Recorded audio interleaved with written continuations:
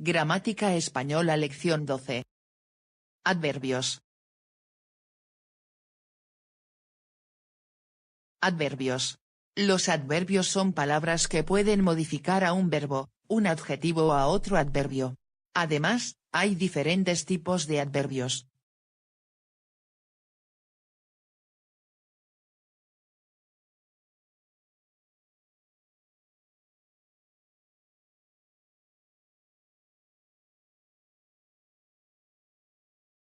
Lugar.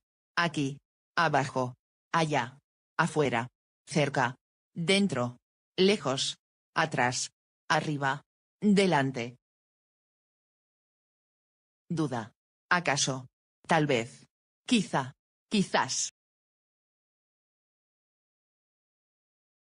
Negación. No, nunca. Jamás. Tampoco. Cantidad. Mucho. Más. Poco. Bastante. Tanto. Menos. Nada. Muy. Afirmación. Sí. También. Ciertamente. Además.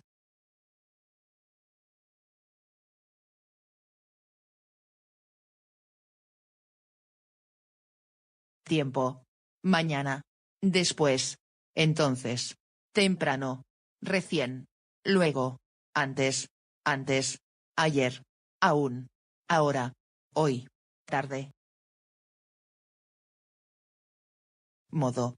Bien. Mal. Regular. Rápidamente. Cómodamente.